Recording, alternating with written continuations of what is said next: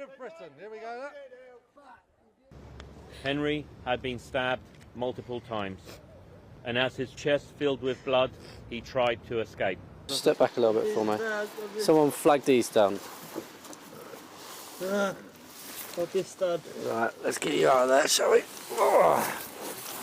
I was in bed asleep. Whenever we just find me up there, look, someone's attacked me. I can't breathe. Grab his other arm. Right. Come running around the corner. What's happened to you, right? I've been stabbed. You've been stabbed? Whereabouts? I don't think you have, mate. Hand? I can't breathe. Put the hand in the cuff, mate. Yeah.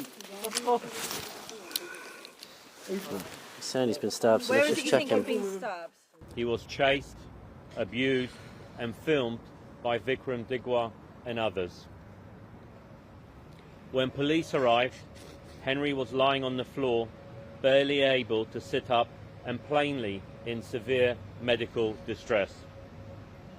With his final words, he told officers that he could not breathe. He told them he had been stabbed. In fact, Henry told officers that he could not breathe 9 times.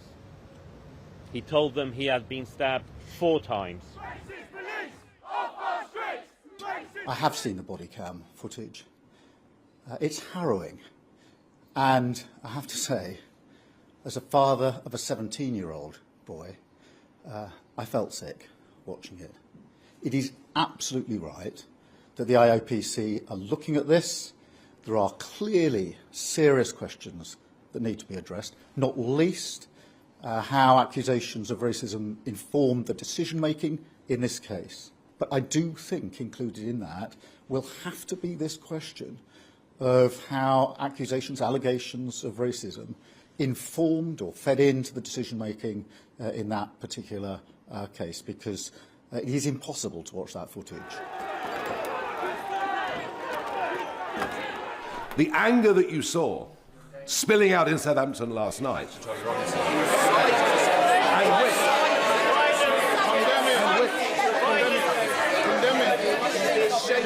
and which is in danger, Condemn the violence. which is in danger of getting considerably worse, because if the public lose trust, Condemn it. if the public lose trust in being treated fairly by the police.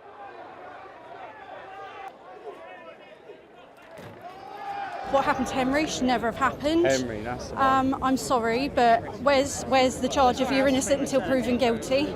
You know, why was he not taken off in handcuffs? I think the key matter is all lives matter, not just certain. And as a mother who's already lost a son, I don't think that the government or the police have handled the situation at all.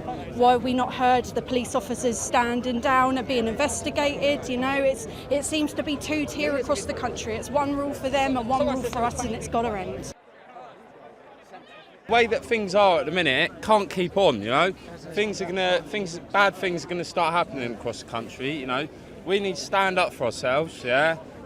You know, the government is ridiculous. Where's, you know, we pay our taxes, where's it all going, you know? Our veterans, you know, everything, you know, it's so much that they need to actually see what we think, you know? It's not sustainable. No, not at all, you know. Well, we're here to, because of what's happened to the young lad that got stabbed. Two-tier policing is disgusting in this country. And, well, we're just here to show our respect to the guy that's had his life taken away so early, and everybody else, you know, it always seems to be, and I'm not a racist at all, but it always seems to be two-tier policing in this country. Everybody's, well, we're just sick of it, we've had enough. Are you racist? Are you racist? Everyone else? It was an evil act. I know the thoughts of the whole House will now be with Henry's family and his friends, just as mine are. I know nothing can take their pain and loss away. But yesterday, we saw some measure of justice.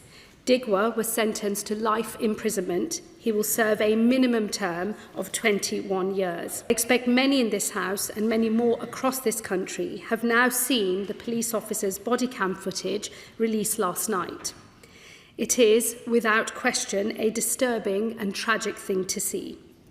People are rightly asking questions about how the situation was handled, and they are shocked and disquieted to hear Henry's words, "I can't breathe."